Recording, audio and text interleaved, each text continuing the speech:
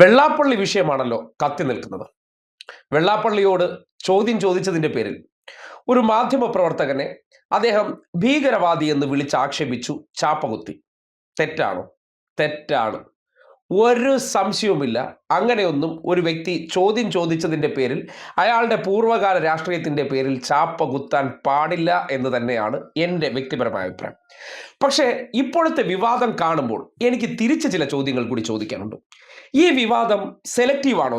അതായത് ചിലർക്കെതിരെ മാത്രമേ ഇത്തരം വിവാദങ്ങളോ ഇത്തരം വികാരങ്ങളോ പൊട്ടി പുറപ്പെടുകയുള്ളൂ എന്ന് ചോദിച്ചാൽ, ഞാൻ കാണിക്കുന്ന ഒരു ദൃശ്യം വെച്ചിട്ട് ഇപ്പോൾ ഈ വിഷയവുമായി ബന്ധപ്പെട്ട് ഉറഞ്ഞു തുള്ളുന്ന ചിലരെങ്കിലും മറുപടി പറയണം.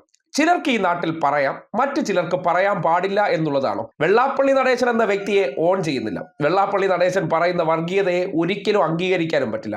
പക്ഷേ വെള്ളാപ്പള്ളി പറഞ്ഞാൽ പ്രശ്നമാണ്, മറ്റ് കോൺഗ്രസിലെ ചിലർ പറഞ്ഞാൽ പ്രശ്നമല്ലാത്ത അവസ്ഥയാകുന്നത് എങ്ങനെയാണ്? ഈ അടുത്ത ദിവസമാണ് മീഡിയ വൺ ചാനലിനകത്തെ ഒരു ചർച്ച കണ്ടത്. അതിനകത്ത് അവതാരകൻ ചോദ്യം ചോദിക്കുമ്പോൾ കോൺഗ്രസ് നേതാവായിട്ടുള്ള Anil Bose S D P ഐക്കാരാ എന്നൊരു അവതാരകന് നേരെ ആവർത്തിച്ച് വിളിക്കുകയാണ്. ഏതാണ് ഈ SDPI സംഘടന? ഈ നാട്ടിൽ വർഗീയ തീവ്രവാദ സംഘടനയാണ് SDPI. അതിന്റെ പ്രവർത്തകനെന്ന് ഒരാളെ ആവർത്തിച്ച് പലകുറി വിളിക്കുകയാണ്. നിഷാദ് റാവുത്തർ എന്ന് പറയുന്ന മീഡിയ വണ്ണിന്റെ അവതാരകനെ അനിൽ ബോസ് എന്ന വ്യക്തി ആവർത്തിച്ച് ഈ പരാമർശം നടത്തുമ്പോൾ ഒരു ചോദ്യത്തിന്റെ പേരിലാണ്. ആ ചോദ്യത്തിന്റെ പേരിൽ ഈ രീതിയിൽ ചാപ്പ കുത്തിയപ്പോൾ എന്തുകൊണ്ട് വികാരം പൊട്ടിയൊലിച്ചില്ല? അവിടെയാണ് എൻ്റെ ചോദ്യം. നിങ്ങൾ സെലക്റ്റീവാണോ?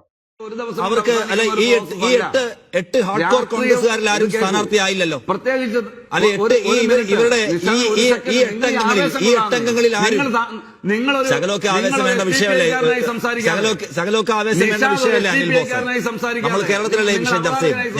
ഞാൻ ചോദിക്കട്ടെ ഈ പറഞ്ഞ എട്ടംഗങ്ങളിൽ ആരും പ്രസിഡന്റ് സ്ഥാനാർത്ഥിയാവാതെ സംസാരിക്കാമെന്ന് എന്താ അവതാരകനായി സംസാരിക്കുക? ആരായിട്ട് സംസാരിക്കാമെന്ന്? അല്ല എന്തായാലും ഞാൻ കേട്ടില്ല അനിൽ ബോസെ ആരായിട്ട് സംസാരിക്കണെന്നാ പറഞ്ഞേ? അല്ല പറഞ്ഞുതരാം, നിങ്ങൾ ക്ഷമയോട് നിൽക്കുക, ഞാൻ പറഞ്ഞുതരാം. അല്ല ഞാൻ ചോദിച്ചത് ഞാൻ ഏതോ സംസാരിക്കരുതെന്ന് താങ്കൾ പറഞ്ഞു. ഞാൻ പറഞ്ഞുതരാന്ന്. ഞാൻ പറഞ്ഞത് നിങ്ങൾ ഒരു അവതാരകനായിട്ട് സംസാരിക്കും, പകരം താങ്കൾ SDPIക്കാരനായിട്ട് സംസാരിക്കാന്നാ പറഞ്ഞത്. SDPIയോ? അത് പറഞ്ഞേ, ഞാൻ ഉറച്ചു നിൽക്കുന്നു. SDPI ഞാൻ അത് തന്നെയാ പറഞ്ഞത്. SDPIക്കാരനായി SDPI എന്ന് പറയാനുള്ള പ്രചോദനം എന്താണ്? വേറെ എമ്പാടും പാർട്ടിയിൽ ഇവിടെ ഉണ്ടല്ലോ, അതൊന്ന് വിശദീകരിക്കൂ. വെള്ളാപ്പള്ളി പറഞ്ഞാലും അനിൽ ബോസ് പറഞ്ഞാലും ഒരു വിഷയത്തിൽ ഒരേ നിലപാട് വേണം. ഇപ്പോ ഈ വികാരം പൊട്ടി ഒലിക്കുന്നവർ അനിൽ ബോസിനെതിരെയോ കോൺഗ്രസിനെതിരെയോ സംസാരിക്കാത്തതാണ്. നേരത്തെ മന്ത്രി PA മുഹമ്മദ് റിയാസ് മുഖ്യമന്ത്രി പിണറായി വിജയന്റെ മകളെ വിവാഹം കഴിച്ച സന്ദർഭത്തിൽ ലീഗ് നേതാവായിട്ടുള്ള കല്ലായി പറഞ്ഞ വാചകം ആരെങ്കിലും മറന്നിട്ടുണ്ടോ? വ്യഭിചാരം എന്നാണ് ഉപയോഗിച്ചത്. അന്ന് നിങ്ങളുടെ കുരു പൊട്ടിയില്ലല്ലോ, അതെന്താണ് പൊട്ടാത്തത്?